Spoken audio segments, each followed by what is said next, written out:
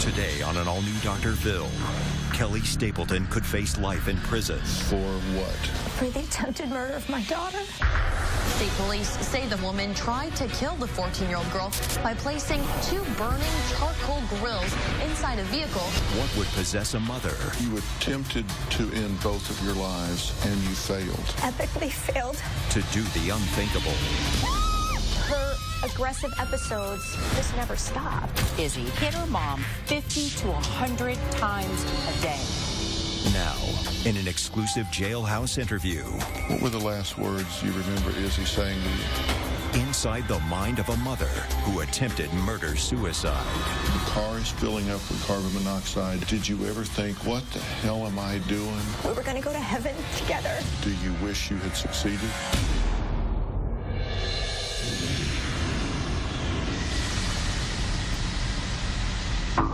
I'm here in Beulah, Michigan, standing in front of the Benzie County Sheriff's Office, also known as the county jail. Inside, behind bars, sits Kelly Stapleton, the mother of a severely violent and autistic child who felt the only answer to her despair was to kill herself and her daughter. A Benzie County woman is facing attempted murder charges for trying to kill herself and her 14-year-old daughter. Kelly Stapleton and her daughter Isabel Stapleton were found inside of a van on Tuesday night and unconscious from carbon monoxide poisoning. State police say the 45-year-old Alberta woman tried to kill the 14-year-old girl by placing 2 burning portable charcoal grills inside a vehicle with the doors and windows closed. Police say that they believe Kelly had somehow convinced her daughter to get inside of the vehicle. There was no indication that the daughter was bound or restrained. All of this unfolding just days after Izzy returned from an autism treatment center. Izzy was put in a medically induced coma. Police say it is possible that Izzy could have permanent brain damage. Kelly Stapleton of Benzie County pleaded guilty to first-degree child abuse. Today's guilty plea means all other charges, including attempted murder, will be dropped. Now a judge must decide her fate. Kelly Stapleton could spend life in prison or get off with time served. In an exclusive interview, Kelly speaks out for the first time about what happened on that fateful day and what led up to it. What really happened to this adoring, devoted mother that made her think that murder-suicide was the only option left? Today, we'll find out the answer to those questions, and hopefully by the end, we will have a better understanding of how a mother, a loving mother, could just snap. Kelly, we're in the county jail right now. Yes, sir. Did you attempt to kill your daughter? I would say no. On September 3rd, we were going to go to heaven together. It wasn't the end, it was the beginning. How did you come to that decision? Isabel, in her aggression, oftentimes targets her sister. And I could not keep Ainsley safe anymore. I just looked at one daughter and looked at the other one, and I just made a decision that Ainsley's just never going to get hit again. This little girl deserves to grow up free of this violence from her sister. I knew I would keep Ainsley safe by leaving with Isabel. When she got up that morning, I said, we're gonna go camping, Izzy, you and I, and we're gonna make s'mores, and we're gonna cuddle. So you get her in your car, and you drive out to a very remote place where you won't be found. What did you have? I had 2 grills, and when she was done eating, there's a bed in the back of this van, and we laid down together, and I closed the doors of the van with the grills inside. I just looked at her, and I said, I love you, Izzy, and I'll see you on the other side in just a little bit. And we went to sleep. I want to take you back to how this all started. A big issue here that built up to this moment is that Izzy is amazingly violent. She attacks people. She was diagnosed with autism at 2. She was about 18 months old, and we first started getting an inkling that we were dealing with autism. We started a home program. We really maximized early intervention. And I remember right before she turned 2, I had this conversation, and I said, well, at least she's not violent. And honestly, the next day, she hit. And of course, the bigger and stronger she got, the worse it was. We never got on top of the behavior. Her aggressive episodes just never stopped. I have some pictures here. This is you with a black eye. How would something like this happen? She doesn't tolerate being told no. She could get really out of control instantaneously, right? Right. And we have an example here.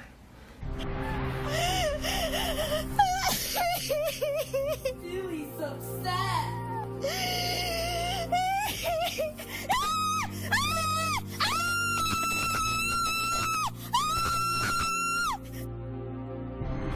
She doesn't do that on purpose.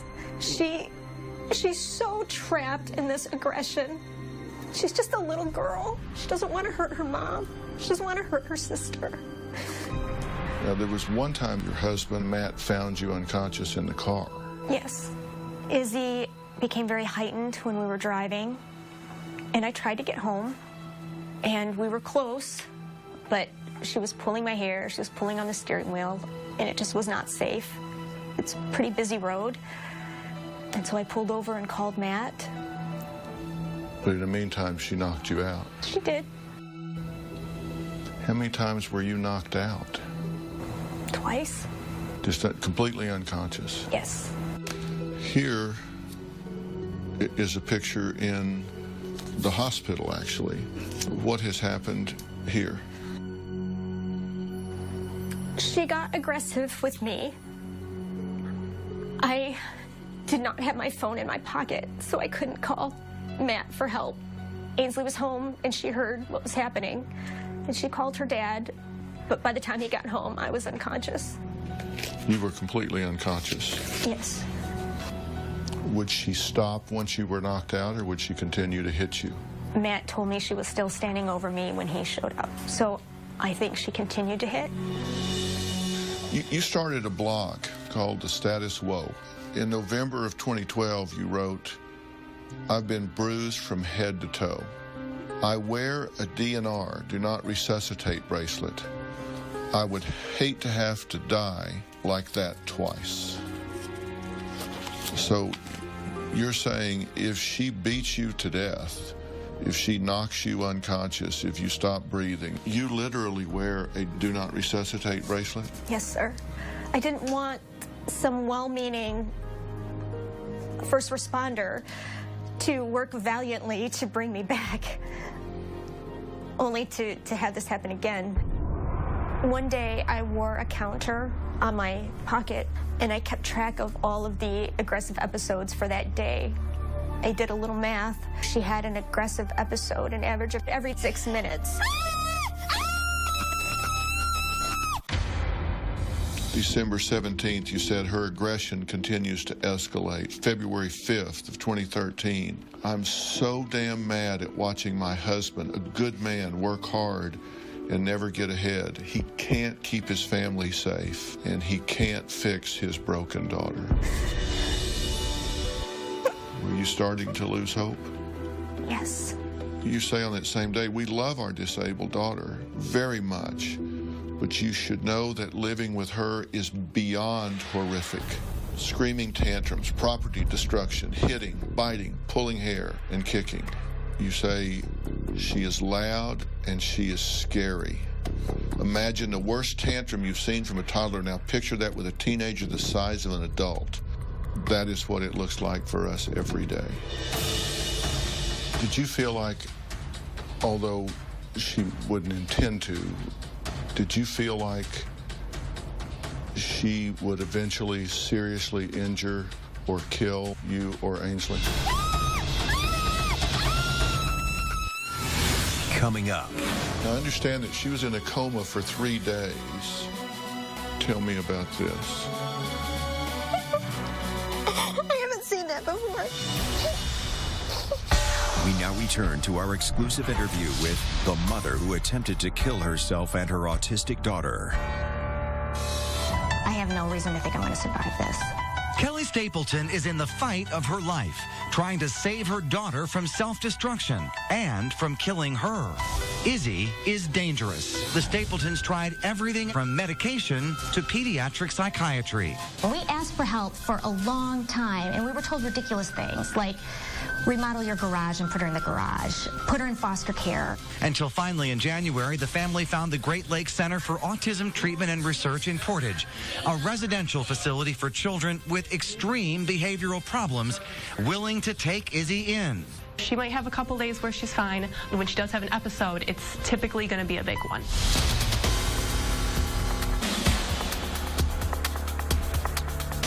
Did you feel like Izzy would eventually seriously injure or kill you or Ainsley? Autism became a deadly condition in our house.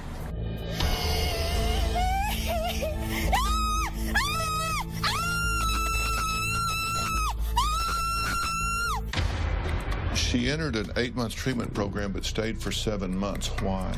The insurance company stopped paying. We have a video, and we see that she just jumps up and attacks. This was your life. Here are some pictures of wounds. They look like bite wounds, striking wounds. Tell me about these. That was at the treatment center, and that was one of the specialists that work with Izzy. Isabel had come home. She was on a behavior plan, and we felt like we were on top of this aggression. 4, 5, 6, 7, 8, 9, 10. Good job, Isabel. Izzy wasn't home very long, and we saw the aggression again. She was going to go to the school where her dad is the principal, with her typically developing peers. And I had worked pretty closely with the behaviorist about what school could look like. I really think we came up with a really good plan that would be safe, and she would be able to benefit from a free and appropriate education. We had so much hope. You write of having a heated argument with the teacher and of a meeting the next day at which you learned that Izzy was not going to be allowed to go to the school there. I would like to read what you wrote. You say, so less than a week before school is to start, she is uninvited. I am devastated. My husband is gutted. And then you write, if you work with families, please try to minimize the soul-shattering disappointments you hand out. There are ways to say no without being inhumane. Is all of this what pushed you over the edge? The results of all of those things left me completely devoid of hope that I would ever be able to free her from her aggression. I was the kind of person who woke up in a good mood every day and was overly optimistic. I had no more ideas. I had no more tools in my toolbox. And I could not keep her sister, Ainsley, safe anymore. I just looked at one daughter and looked at the other one, and I just made a decision that Ainsley's just never going to get hit again. Izzy's too big, and it was never okay that she got hit in the first place. This little girl deserves to grow up free of this violence from her sister. So I knew I would keep Ainsley safe by leaving with Isabel. And so you decided what? Coming up. How did you decide that you were going to do it with carbon monoxide? Take me through that moment when you realized, okay, this is it. And later. You know, being here in jail, you are away from all of that turmoil. Has there been any guilty pleasure of relief at not having to deal with it? We now return to our exclusive interview with the mother who attempted to kill herself and her autistic daughter. Like any child, her face looks so innocent and is so innocent. But this innocent face belongs to a child with autism. Isabel was very young when she started having difficulty speaking, controlling her impulses, and interacting with people. Her problem behavior turned out to be aggression.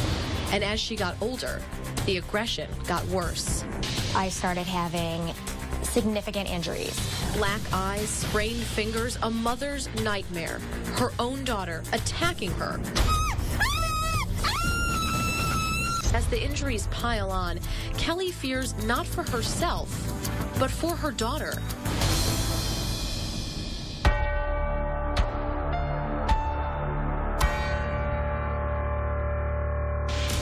When she got up that morning, September 3rd, I said,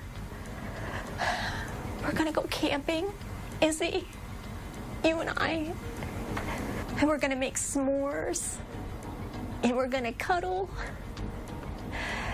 And she was happy. Who all lived in your house at this point? My husband, my son, Isabel, and Ainsley. And when you left that day, you believed in your heart it was the last time you were going to see any of them. Yes. Did you say any special goodbye to your son? I just told my son how proud I was of him. I just said, be a good man, be a man for others, and I love you. What did you say to Ainsley? I was teasing her a little bit because it was her first day of junior high, and I said, I want to come in and take pictures of you sitting in class. She said, Mom, absolutely not. So I told her how much I loved her, and I just told her how important it was to love. That's the most important thing in the world, just to love. Say anything to your husband? Just made sure he knew that I loved him very much, and just told him what a good husband and father he is. So you knew in your heart, you fully believed you were never going to see them again. That's right. So that was goodbye. It was. And Izzy, of course, didn't know, so she had no special goodbyes, right? That's right. Because she didn't know what was ahead. So you get her in your car and you drive out to a very remote place where you won't be found. And you rolled the windows up. Yes. And what did you have? I had 2 grills. How did you decide that you were going to do it with carbon monoxide? I wanted to make the environment rich for Jesus to just come in, for us to just be able to transition to heaven together peacefully. And we got to this very beautiful spot, and it was a September morning. It was crisp, it was beautiful, and she was beautiful. And we made s'mores. I gave her one, and she wanted another one. I said, you bet. I had a whole lunch packed for her, so there were all sorts of snacks and juice. And when she was done eating, there's a bed in the back of this van, and we laid down together, and I closed the doors of the van with the grills inside. Take me through that moment when you realized, okay, this is it. I just looked at her and I said, I love you, Izzy. And I was so happy to know that within the hour we would be in heaven. I couldn't wait. She likes to talk about our pets. Sometimes we make lists of all of our animals that live in heaven. And so when we were laying there, we were talking about our animals, and we would get to see them very soon. God bless Tucker, Vader, Elvis, Stardust. And we went to sleep, nose to nose. You're laying there with her nose to nose, and you're talking about pets, and you're talking about heaven. Who went to sleep first? Was it you, or was it Izzy? We really went to sleep about the same time. And the next thing you know is what? She got up from the bed and went to the front of the van and sat down. And that woke me up. So I followed her and asked her, "What are you doing, Izzy?" And she was snoring. So she was still asleep. And I thought about waking her up to bring her back to the bed, but she was sleeping. And I thought, well, I must hurry and go back to sleep so I can catch up with her. Did you go back and lay down? I did. So she was in the front seat and you were on the mattress. Were you convinced at that time that you were both going to die?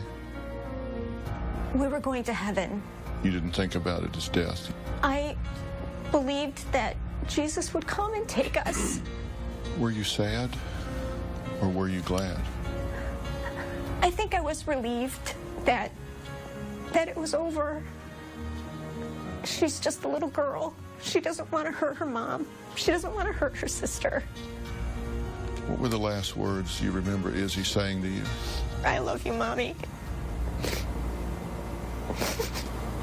Did you have any doubt at that moment? The two of you are in the back of that van. You're on the mattress. The grills are lit. They're burning. The car is filling up with carbon monoxide. Did you ever think, what the hell am I doing? We now return to our exclusive interview with the mother who attempted to kill herself and her autistic daughter. Did you have any doubt at that moment? The two of you are in the back of that van. You're on the mattress. The grills are lit. They're burning. The car is filling up with carbon monoxide. Did you ever think, what the hell am I doing? I had no doubt we were going to open our eyes and be in paradise. And we could run and play. And I could ask her what she wants to be when she grows up, which I know is ironic. I couldn't wait to talk to her. But did it occur to you that she wasn't going to grow up, that it ended that day, that you took her to the woods to end her life that day? There was no growing up. There was no marriage. There was no career. It was over that day. Because that's not ironic, it's irrational. You're saying you wanted to have those discussions with her, but yet you made the conscious choice to end her life and yours. But I believe in heaven. I believe that there was paradise there. I don't know what it looks like, but I could find out what she wanted to be when she grew up. And if she wanted to be a veterinarian, maybe in heaven she can be a veterinarian. Now, you woke up in the hospital, or did you wake up at the scene? I remember an ambulance ride. Did you know whether Izzy was alive or not? I remember at the hospital somebody saying, "We're taking very good care of Izzy." Now, I understand that she was in a coma for 3 days. And was that a medically induced coma, or was that a coma from the toxins? I do not know. Tell me about this. I haven't seen that before.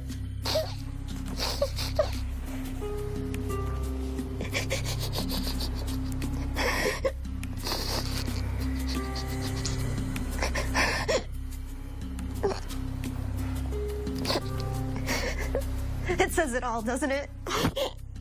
What does it say? Do you believe in miracles? I do. I do too. How do you feel when you look at that? I feel like I should be put in prison for a very long time. When you were in the hospital, did your husband come to see you? I do not know. When was your first conversation with him after this took place? I believe it was not until Christmas morning. Oh, so it was several months? Yes. What did he say? I know this must sound awful, but I don't remember what we said in the conversation. Was he upset with you? I'm sure he was. I'm sure it was very superficial. It was the first time we'd had any contact. I'm sure it was very, "Hi, how are you? How are the kids?" Does it feel like you were trying to murder your daughter? It does not. Was this an evil act on your part? It was not. Misguided, but not evil. We asked for help. It never had to get this bad. And there was just roadblock after roadblock. I lost hope. And she needed to be released from this. Were you also trying to set you free, Ainsley free, everybody free? I knew that this would be a very sad thing for my son and my other daughter and my husband, but they would move on. Ainsley would not get hit on her graduation day. She would not get hit on her wedding day. Matt, who is the hardest working man I know, such a good man, could start saving for retirement, could do things with his son, he could do things with his daughter. They could recoup a little bit of a life. But you're not advocating that every parent out there with an out-of-control teenager, they knock holes in the wall, they do drugs, they scream and fight. You're not advocating that all of those parents to kill their children. I am not. How is that different? You're saying we were out of control, we lost hope, we had no resources, and for all these parents out there that are at their wits' end, an option is to just set everybody free. Does that sound reasonable? It does not. And I would tell them, just, you must find hope. Hold on to it. And although you can't imagine what help is going to look like, that you must wake up every morning and have hope that things will get better. Now, you've had no contact with Izzy. I have not. So you haven't talked to her now in almost a year? That's right. Your last conversation with her was lying on that mattress. Do you want to see her? I do. Have you missed her this year? I have. You know, being here in jail all of this time, you are away from all of that turmoil. You are away from that helpless, hopeless feeling. Has there been any guilty pleasure of relief at not having to deal with it?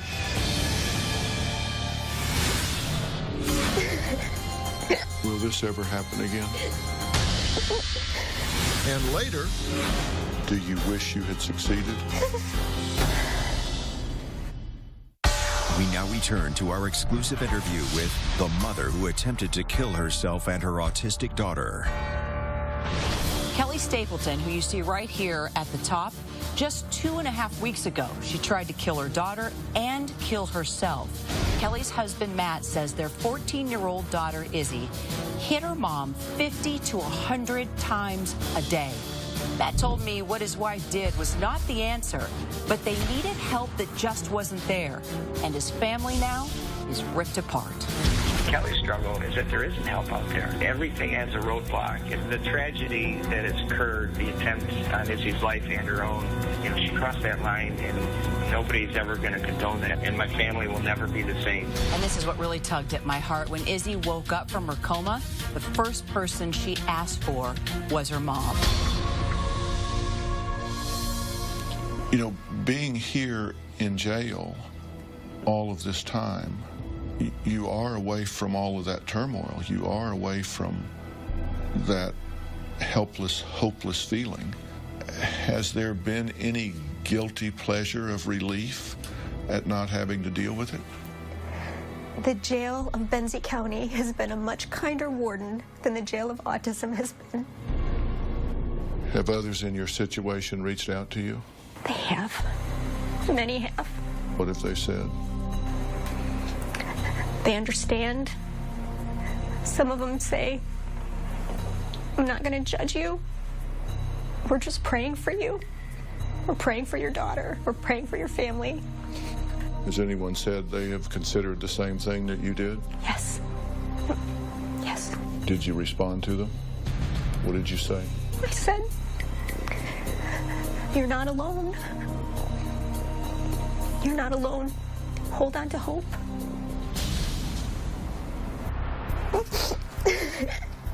Will this ever happen again? I think it's very unlikely. Do you dream of that? I do not allow myself to dream of that. How about this? I've got these memories, and they are enough. Have you talked to your other children? I have. They've been to see you? They have not. How did you talk to them? On the phone. Were they happy to hear from you, or were they upset with you? They were happy to hear from me. Is Ainsley mad at you that you tried to kill yourself? I haven't asked her that. I'm sure there's some of that, but I think she's really glad I'm alive. Was she upset that you tried to kill her sister? I'm sure she probably is, but I think she's glad that Izzy's alive too. And what about your son? I'm sure he feels the same way. What did he say when you called him? I love you, Mom. Do you think they understand?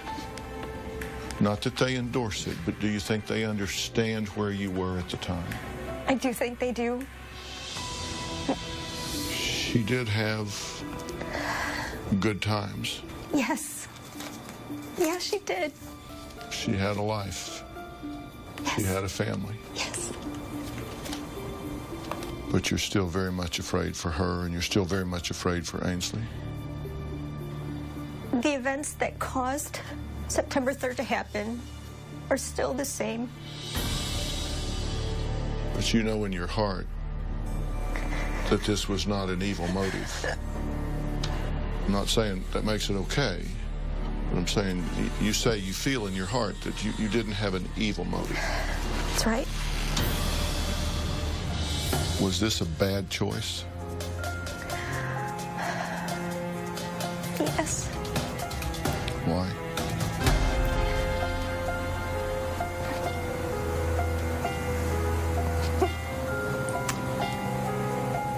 Because she has a journey, and it wasn't my right to take her from it. But do you wish you had succeeded? We now return to our exclusive interview with the mother who attempted to kill herself and her autistic daughter.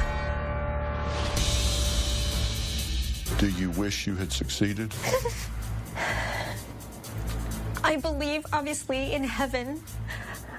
I will always look forward to being there. But I'm glad we survived. I'm glad she survived. So you're not sorry that it didn't work. You're okay with the fact that it didn't work, that the both of you woke up. I'm glad we're here. You attempted to end both of your lives, and you failed. Epically failed. And you're glad you failed. I'm very glad she survived. I am very glad she survived. You're familiar with the term mercy killing. I am. Is that what was going on with you that day? It was not.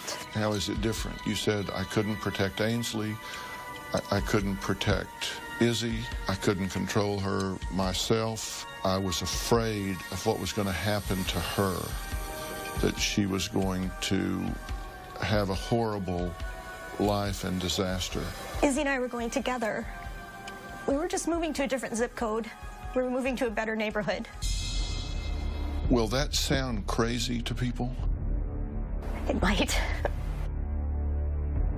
Given the opportunity, would you make another attempt? No. No, I would not. But you say it wasn't killing, it was just moving to a better existence on another plane.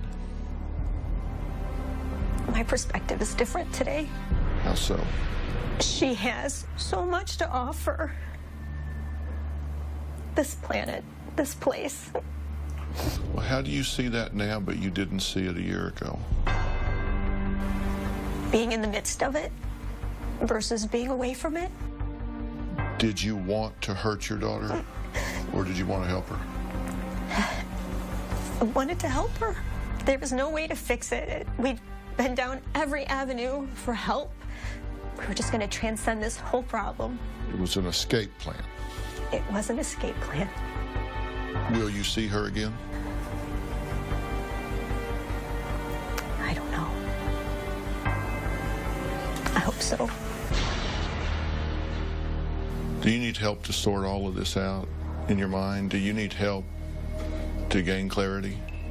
I think that I've had a pretty normal reaction to a really horrifically abnormal situation. I do. So you think attempting to end your life and that of your daughter was a normal reaction to a horrific situation? I think so. Well, Matt is now taking care of the family. Yes, he is. He's got the 3 children there. Horrific situation. If he becomes overwhelmed, does it make sense for him to end it all? It does not. Would you want that to happen? If he just says, look, it's not getting any better, Ainsley can't escape, I can't protect either one of them. No, I would from not. Her. I would not want that to happen to him. No, not at all.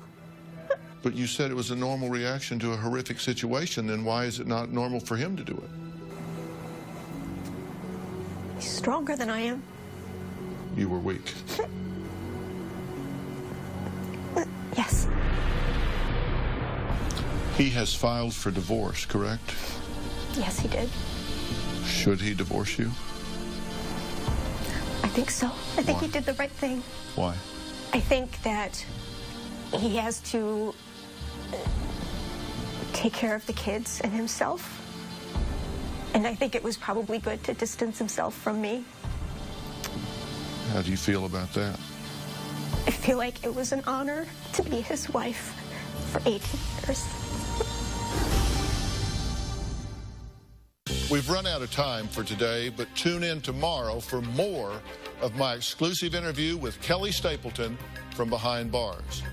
Find out what she would say to Izzy if she is ever allowed to speak to her again. And would Kelly ever want to care for her daughter if she is given a second chance? Plus, imagine driving yourself and your child to the railroad tracks and waiting for a train to hit and kill you. Well, that's exactly what one mother felt was her only option for her and her severely autistic son. Here are some of the highlights from tomorrow's show. If by some miraculous twist of fate you could walk out of here today and go home and take up managing her again, are you equal to that? Do you want Izzy's forgiveness? I would beg her forgiveness. If you were to look Izzy in the eye right now, what would you say to her?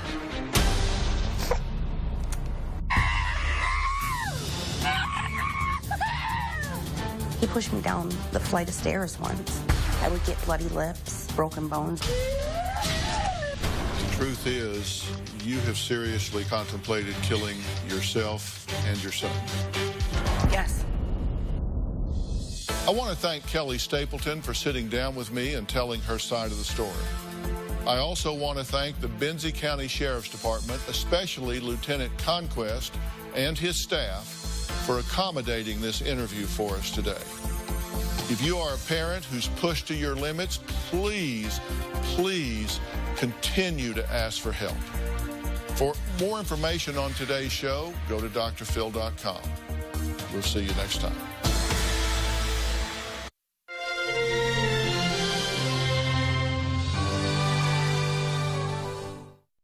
Today on an all-new Dr. Phil. This was one of the most desperate human beings I had ever talked to. Kelly Stapleton was charged with trying to kill her autistic daughter. You attempted to end both of your lives, and you failed. Epically failed. She claims her daughter's violent fits put her family in danger. Her daughter gets agitated easily. Izzy's aggression was so severe that Kelly suffered brain injuries. She gave her black eyes, a fractured cheek. She would knock her unconscious and then continue to beat her. She was terrified Izzy would kill her. Plus, do you believe your son can kill you? I know he can. Another desperate mom's confession. I was going to drive head-on into the train. You have contemplated killing yourself and your son.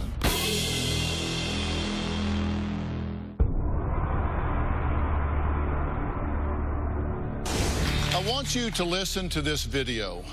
Sobbing followed by horrific screams. Billy's upset.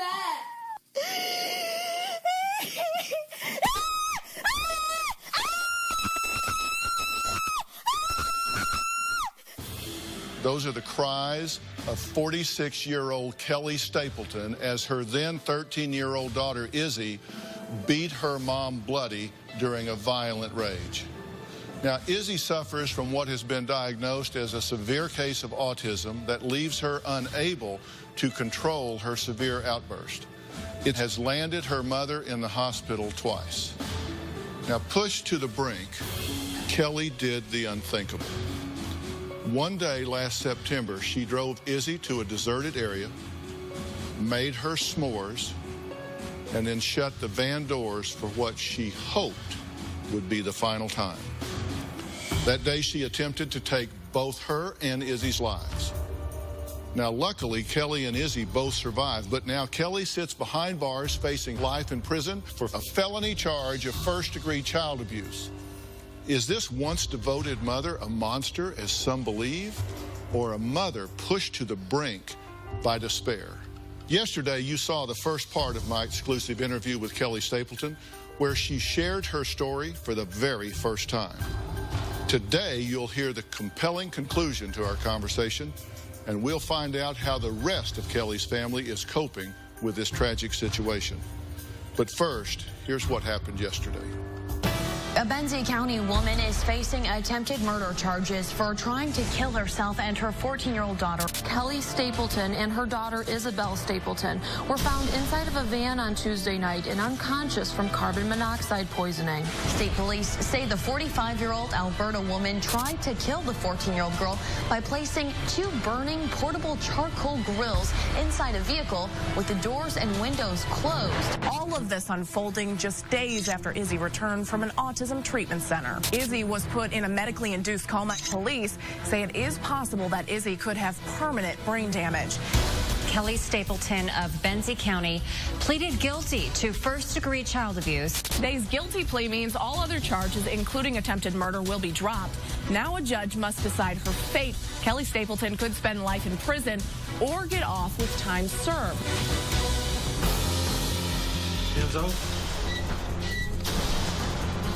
Kelly, we're in the county jail right now. Yes, sir. Did you attempt to kill your daughter? I would say no. We were going to go to heaven together. Isabel, in her aggression, oftentimes targets her sister. I could not keep Ainsley safe anymore. How did you decide that you were going to do it with carbon monoxide? I wanted Izzy and I to be able to go to sleep, for Jesus to just come in. You get her in your car and you drive out to a very remote place. Did she have any idea what was happening? I said, we're gonna go camping and we're gonna make s'mores and we're gonna cuddle. She was happy. There's a bed in the back of this van. We laid down together. We closed the doors of the van with the grills inside, and we went to sleep, nose to nose. What were the last words you remember Izzy saying to you? I love you, Mommy. Tell me about this. I haven't seen that before. Have you missed her this year? I have. You attempted to end both of your lives, and you failed. Epically failed. And you're glad you failed. You're glad you're alive. You're glad she's alive. Yes. Why? Because she has a journey, and it wasn't my right to take her from it. Well, an hour wasn't enough to cover all of the important things that Kelly talked about during our exclusive interview. I still had two burning questions that I had to ask Kelly before our very candid conversation was over. Take a look. Do you want to see her? I do. Have you missed her this year? I have. If by some miraculous twist of fate you could walk out of here today and go home and take up managing her again, are you equal to that? I would not. I would not. Why not? I just cannot do it. I can't watch her suffer. I can't watch the aggression. I can't be afraid for life every moment. I cannot do it. If you were to look Izzy in the eye right now, what would you say to her? That it was always about love. It was always about love. I hurt her. I hurt her. There's not enough medication. There's not enough therapy on this planet to make that okay. You said you believe in heaven, you believe in Jesus. Do you believe in forgiveness? I do. Do you want Izzy's forgiveness? I would beg her forgiveness. Not only did I not take her to heaven, I hurt her. I'm her mother, and I hurt her. I'm not even worthy to beg for her forgiveness. Today we'll see the footage of Izzy when she first got out of the hospital. Plus, how are things going at the Stapleton house now that Kelly is gone and no longer there to take the brunt of Izzy's violence? We'll also talk to another mother who knows Kelly's pain. But before we do that, I want to talk to two of Kelly's best friends, Marlo and Vicky. Take a look as they tell the difficulties they saw Kelly go through. Izzy's autism manifests itself in the sense of aggressive behaviors. She has a difficult time communicating her wants and her needs. Izzy gets agitated easily, and she's very impatient. It's uncomfortable to be around her. One day I called Kelly and she was in the hospital. She said that she was waiting for a scan of her face to make sure that her cheek wasn't broken because Izzy had attacked her. That's when I started to really realize that something was seriously going on with Kelly and Izzy. Kelly couldn't be alone with Izzy. One time she was pushed down the stairs when she wouldn't give in to a demand that Izzy had. She was knocked unconscious.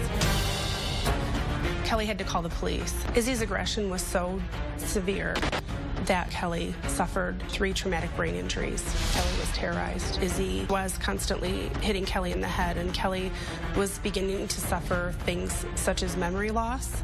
She couldn't find her words sometimes. Everybody was concerned. I'm not sure who else could have gone as long as she did with the behaviors that Izzy had. I'm not sure how anybody could live like that, honestly. Well, I'm glad you two are here to try and help people get their minds around this. Let me be clear. Neither of you two endorse the choice that she made. No. I don't endorse this either, but I do understand that she was lost. I don't know what else to do. I can't get help. I can't get support. I can't protect my daughter Ainsley. I feel I have a duty to her, and she keeps getting beaten and pummeled. I got the feeling that this was one of the most desperate human beings I had ever talked to. Do you believe Kelly thought Izzy was eventually going to kill her? Yes. Yes. And she has said that many times. She wrote a blog, and the title of the blog was Status Woe. The last day, the day that this happened, she posted this. If you work with families, please try to minimize the soul-shattering disappointments you hand out. And she's talking about healthcare workers, insurance companies, school reps, these people. There are ways to say no without being inhumane. Please don't make your problems mine. I'm sorry you have 22 kids on your caseload, but that doesn't mean Izzy should be denied consideration because you're busy. Please don't tell me there are 50 other people on a waiting list to use general fund dollars. Please don't tell me when I found the perfect staff that Medicaid will only reimburse a portion of it. At least let me believe you're trying to figure it out. It's my job to try to do the best for my daughter. It's your job to be professional and help me do mine, and only one of us is getting paid. There's so much more to say. I'm just too tired to write it. This was posted the day she went to the woods. And she had just learned that Izzy had been uninvited to school. During my interview with Kelly, she revealed that she has not seen or spoken to Izzy since that day that they were in the van. And her good friends Marlo and Vicky have seen Izzy and stay in contact with Kelly's soon-to-be ex-husband, Matt. Here's what they have to say about what's happening with Izzy and the family now. Now that Kelly is out of the house, Ainsley is becoming more of a target for Izzy's aggression. Matt told me about an incident of Izzy attacking Ainsley. It was unprovoked, and she had grabbed Ainsley by her hair. They have an escape plan for Ainsley in regards to Izzy's aggression. If Izzy starts to become aggressive with Ainsley, her escape plan is to lock herself in her room or to lock herself in the car. Their CPS worker testified during a pretrial hearing that she had arrived at the house and found Ainsley hysterically crying, locked inside the car because she was trying to escape Izzy's aggression. Ainsley shouldn't have to live in a house where she's fearful every day. That was part of her fear and reality. She would take these beatings and watch her other daughter take her beatings.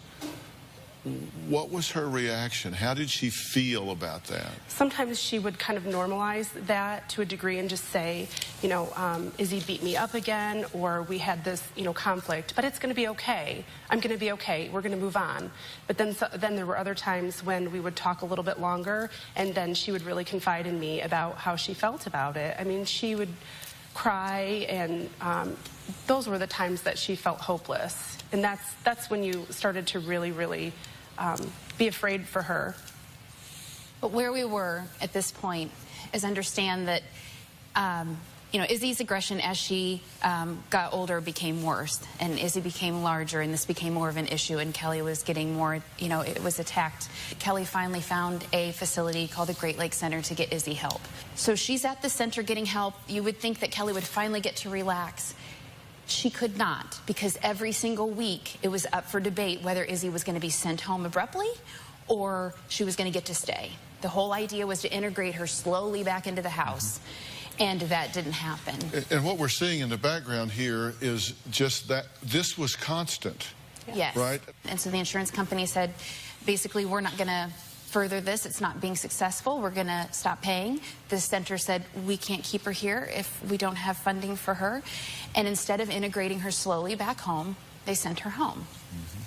That is the weekend before all of this. And they knew a few days before, so they contacted the school to try and, you know, be able to get her in with the teacher there and work on the behavior plan. All of that fell through. So now we have Izzy's coming home. She's not welcome back at school. We know that she's not any stronger than before when she went in. That's where we're at. Let's take a break. When we come back, we're going to meet a woman whose severely autistic son throws chairs at her, knocks over furniture, tears the stainless steel doors off the refrigerator, punches her, pulls her hair, fractured her ankle, chokes her while she's driving, and bites her so badly she wears long sleeves to hide the bruising.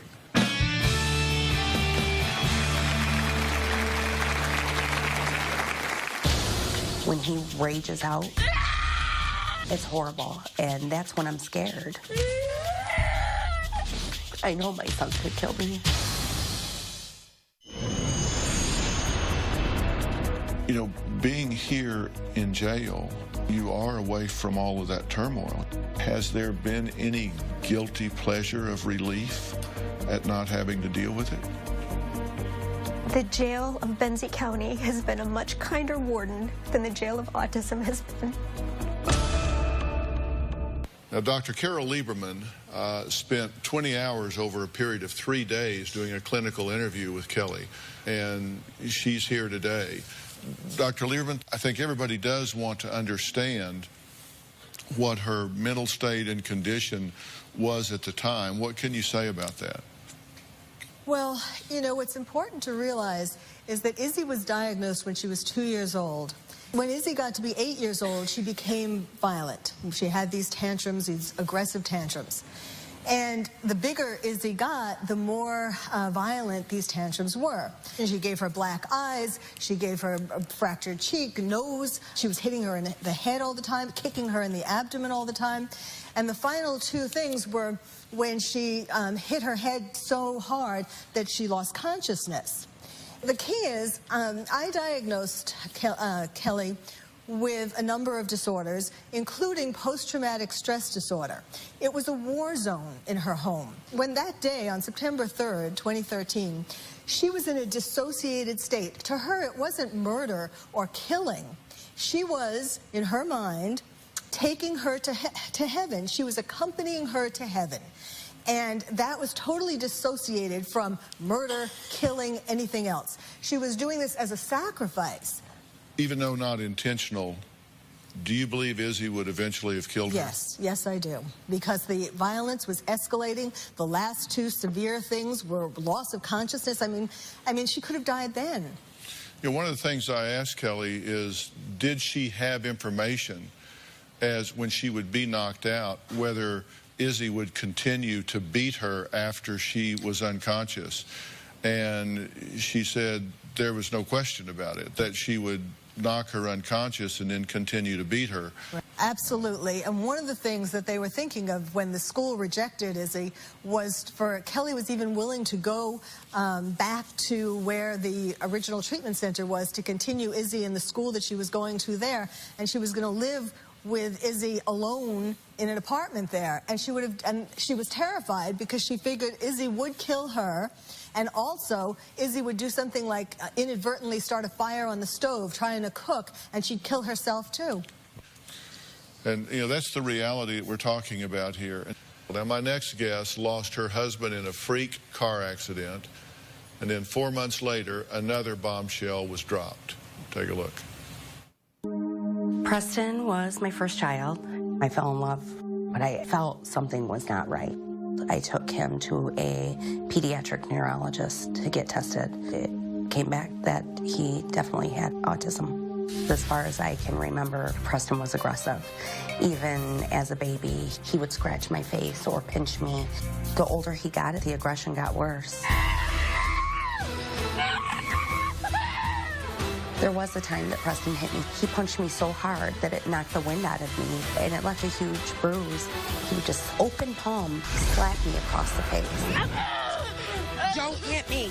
He pushed me down the flight of stairs once. I would get bloody lips, broken bones. I've had a black eye. He's fractured my ankle. He's damaged everything. The furniture, the walls. When he rages out, it's horrible. I think he could beat me to a bloody pulp. No. I know my son could kill me. I love my son, Preston, more than anything in this world. But I'm afraid of my son, and I can no longer care for him. Lisa, I'm glad to meet you. I'm sorry for the circumstance that we're talking about here. Your son is extremely violent. Yes. Do you believe that he can kill you? I know he can. He's been violent for a long time. He's strong. His hits turn into huge welts and bruises and fractures, and shoved me down the stairs. It's scary. The chokes, his little hands, his hands got bigger. Everything's harder. The aggression has always been there, but now it's worse. I know this is not a happy thought or an easy thought to talk about, but the truth is, you have seriously contemplated killing yourself and your son. Yes, I have. It's so hard to translate to everyone, even my closest friends and family, how extreme the behaviors take its toll on you, because this isn't just a little hair pull. This isn't a little punch. These are hard pulls, grabbing fists of hair, punches, shoves, breaking things in your house. You're afraid that a spoon or a bowl could be a weapon. It is a weapon, but could that weapon be used on me? We use plastic, so it's hard. And day after day after day, minute after minute after minute of not knowing when those behaviors are going to come, and you are the target. Emotionally, psychologically, it's tough. This is your child. Your child. This is my only child. Let's take a break for a minute. I mean, hopelessness has set in for Lisa, much like we've talked about with regard to Kelly. What has she contemplated in her mind? How would she do it? Has she gone to that point? We're going to talk about that escape plan and the horror she and her son have been living in when we come back.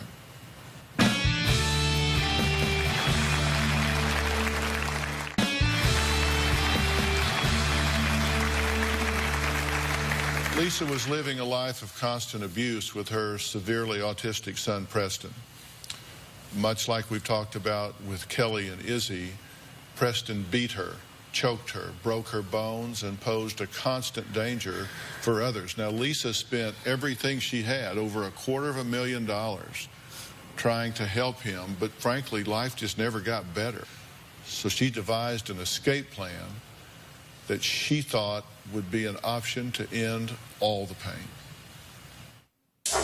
Preston loves trains. Preston likes to go for car rides so many times at night. I just had this vision that I would take him for a car ride at night and just end it. Just end the pain and suffering. I would wait for the train, and when I saw it, I was going to drive head on into the train, and I was going to kill myself and my son. So I did go to the train tracks, and I sat there with tears going down my face, and my son was happy, flapping his hands, and the train was gone, and I didn't do it. We went home. Preston finally was accepted to go into a treatment facility, so he's still currently there.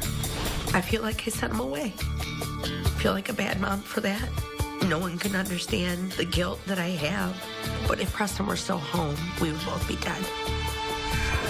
I couldn't do one more day, one more hour, or one more minute. I wouldn't just go into... I was in my head at those train tracks. I couldn't do it anymore. I could not do it anymore. We wouldn't be here. Sometimes I still feel like I wish we were just dead, because it's just hard.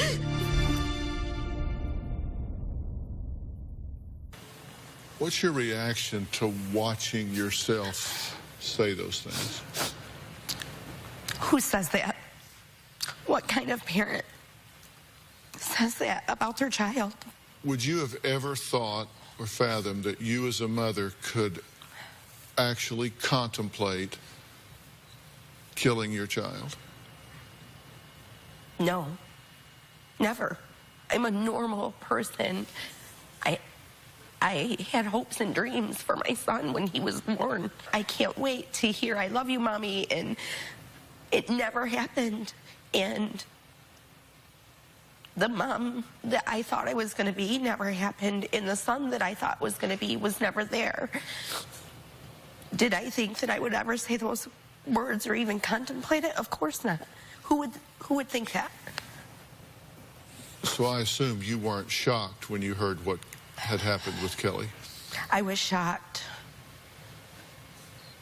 but it only took 10 minutes for me to, I suppose, come out of shock and say, eventually,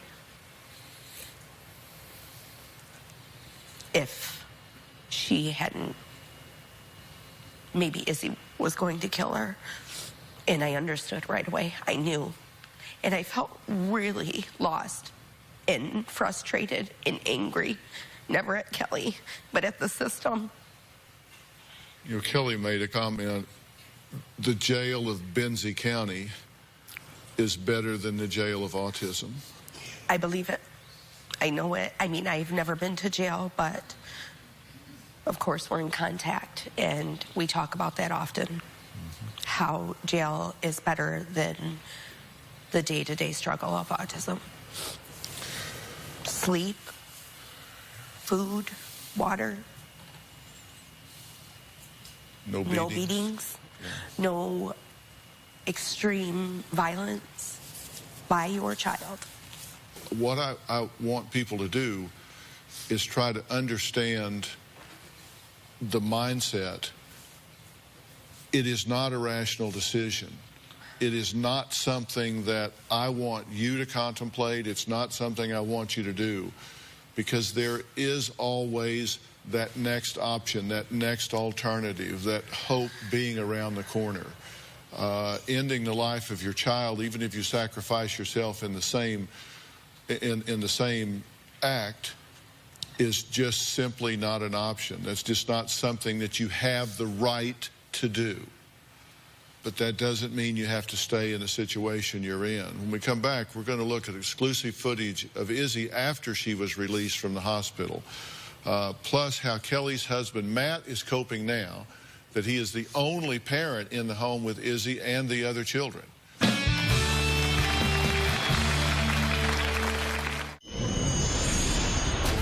One day, not long ago, Izzy beat her mom unconscious in their car.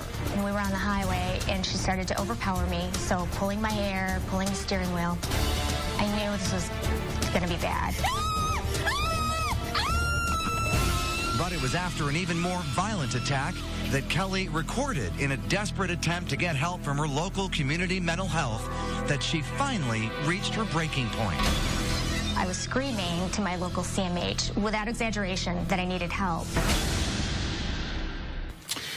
Andy Dominiani, anchor, reporter for WWMT, CBS affiliate for West Michigan, has followed this story since day one. Now, Andy was able to interview Izzy along with her father, Matt, the day she got out of the hospital. Take a look. In a coma for several days, by Friday, the prognosis was grim. If Izzy lived, she would have severe brain damage. But then, by some miracle, everything changed. Izzy began breathing on her own.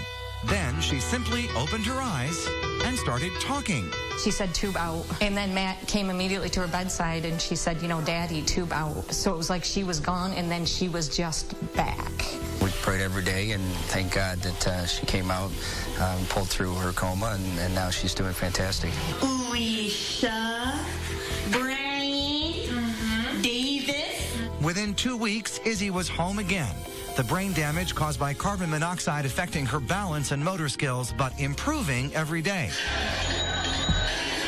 And it's a wonder she's come so far, so fast. When we first met Izzy, she was prone to violent outbursts.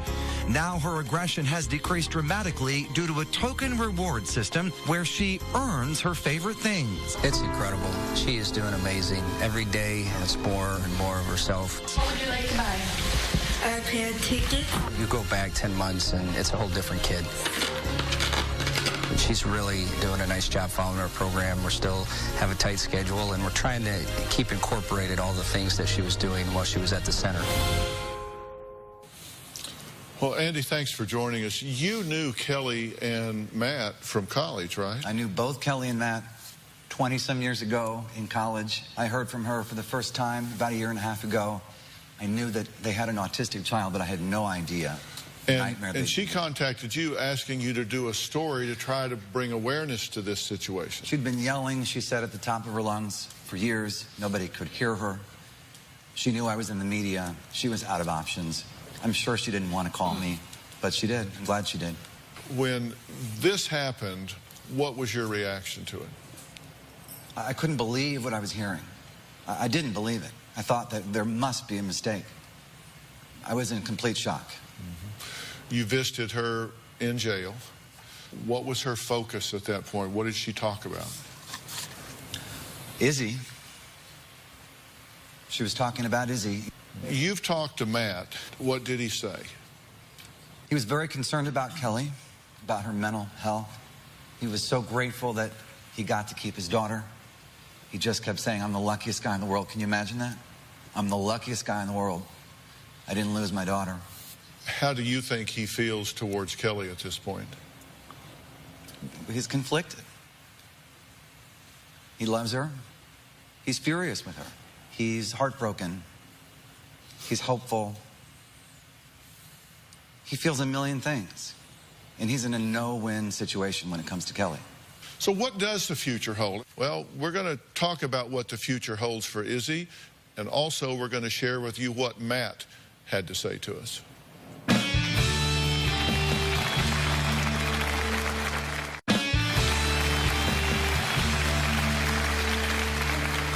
Kelly Stapleton is facing life in prison for a felony charge of first-degree child abuse of her severely autistic child, Izzy. I want to introduce to you now the head of our advisory board, Dr. Frank Lawless. He is also a leading expert on autism. He has written a book called The Autism Answer, and it's available as an ebook online.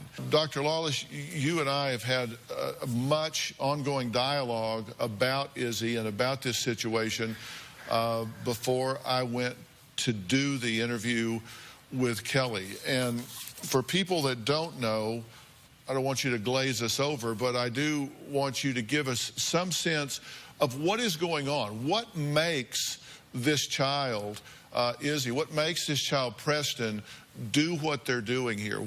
Primarily, it's a brain dysfunction. And what is happening is that especially the back part of the brain is not functioning like the front part of the brain. So what is happening is that there's a limited amount of processing that can go on with an autistic kid. When there's a change in environment, there's a change in any kind of situation, they get afraid. They are in panic. Now, autism is referred to as a spectrum disorder. Yes. And not all autistic children are violent. Many are not, then some are. And what this violence may look random, but in fact, it is being triggered, correct? It is absolutely being triggered, and that is the biggest problem in autism, is the emotional control, the emotional management that goes on. All right, and what sort of things, because you say they become very fearful, what sort of things can trigger a Preston or an Izzy to become violent and start thrashing? Well, it can be a lot of things. For example, it can be a food allergy that can come on. It can be basically a change in the environment. It can be a confrontation that might even be very mild, but will basically trigger this frantic explosion of resolve. And once this aggressive explosion stops, they do not have the ability to pump the brakes. They don't have the ability to soothe themselves and quiet themselves down. That's right, and that's the actually lack of research in this particular area has to do with this issue of finding the brakes in terms of dealing with their emotional outlet. Dr. Lawless never even asked us to so much as mention his books, but because this is such a specialized area, the Autism Answer focuses on what parents can and need to know and do in managing an autistic child, wherever on the spectrum they are, whether they're violent or whether they're higher functioning, whatever it might be. Absolutely, and the idea is that this is my quest, is to basically try to educate the parents what they can do at the home. Right. My plan for the family when we come back.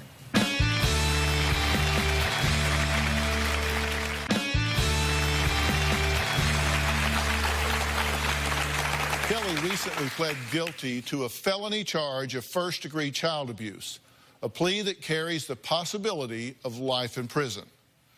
In Kelly's case, though, I don't think that serving time behind bars is necessarily the best solution.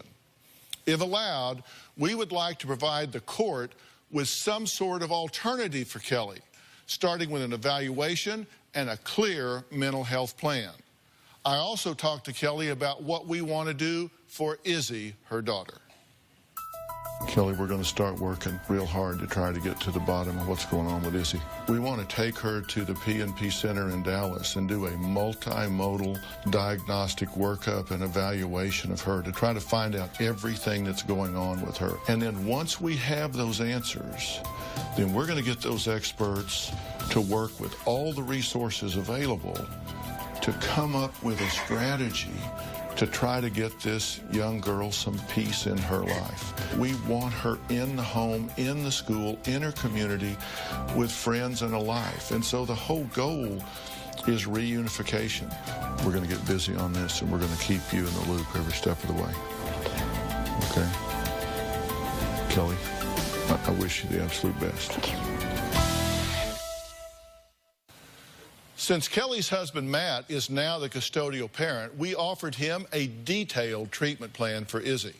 We also offered help for Kelly and Matt's other children, McEwen and Ainsley, as they have been through so much in their young lives. We invited Matt to be here today. For a number of reasons he's not, but he did give us a statement and ask us to please read it, and here it is. My apologies, but going out for the filming is not a possibility. I also really think this needs to be Kelly's story. This is her story and about what happened to her. We are grateful for Dr. Phil's generosity in providing help for Izzy. I will certainly work with Dr. Lawless to coordinate these possibilities. As far as the other kids, I appreciate the fact that Dr. Phil would like to help them. This has been a life-changing experience for all three of them and an incredibly delicate situation for the entire family. We want to express our gratitude as Dr. Phil and his medical staff undertake this amazing gesture that will help my family and create awareness for thousands of parents out there. Thank you for your efforts and for going above and beyond. And that's from Matt. So, Matt, I totally understand. I thank you. And now, Dr. Lawless, you already have been in touch with Matt. You've had contact, correct? Yes, we had a conversation, and we're planning on a visit to the P&P Center this week. Coming up, what you can do if you were touched by Izzy's story and want to help. One thing we want to make clear is that Izzy is a child suffering from a severe case of autism. She is not a monster. She is a beautiful child who needs help. As you know, we sometimes give viewers the opportunity to join us in supporting extraordinary causes. I feel like this is one of those cases. So if you would like to join the Dr. Phil Foundation and support the continuing care that Izzy will need to help secure a healthy and productive future, please log on to drphil.com and you can learn how to help. All contributions for Izzy's fund will be collected and go towards the services that she needs in the home. Please join us in helping to support this going forward. I want to thank all of my guests today. A special thanks to Dr. Carol Lieberman for her expertise on Kelly's case. Also, a special thanks to the head of our advisory board, Dr. Frank Lawless, for his expertise. His ebook is called The Autism Answer, and you can get it at theautismanswer.com. I highly recommend it. Special thanks to Andy as well. Andy, thank you so much for being here. He is an anchor reporter for WWMT CBS. That's our affiliate for West Michigan. For more information on today's show, go to drphil.com. Thanks so much for being here.